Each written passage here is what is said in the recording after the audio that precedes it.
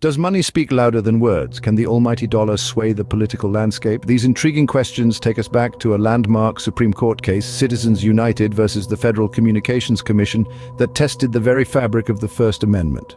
Our story begins in the year 2007 with a non-profit organization, Citizens United, producing a documentary critical of then-presidential candidate Hillary Clinton.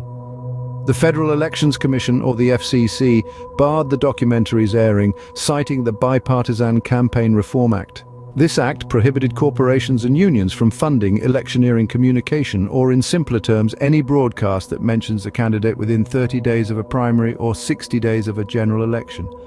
Challenging this, Citizens United took the case to court, arguing that the act violated their First Amendment rights to free speech.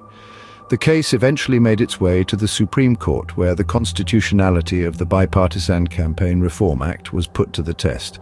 In 2010, the Supreme Court delivered a 5-4 majority decision, ruling in favor of Citizens United. The court declared that the government cannot suppress political speech based on the speaker's corporate identity. In essence, corporations and unions were granted the same free speech rights as individuals, allowing them to spend unlimited amounts on political campaigns.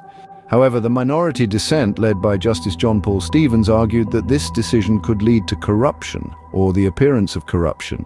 They feared that it would give corporations disproportionate influence in politics, undermining the democratic process.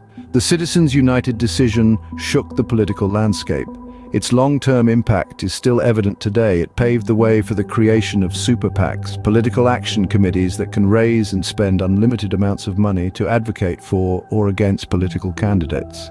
This has led to an unprecedented influx of money into politics, with billions of dollars being poured into campaigns each election cycle.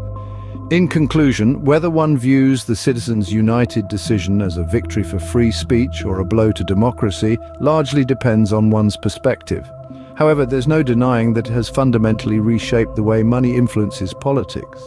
It's a compelling reminder that sometimes the most significant changes in our society stem not from the ballot box but from the courtroom.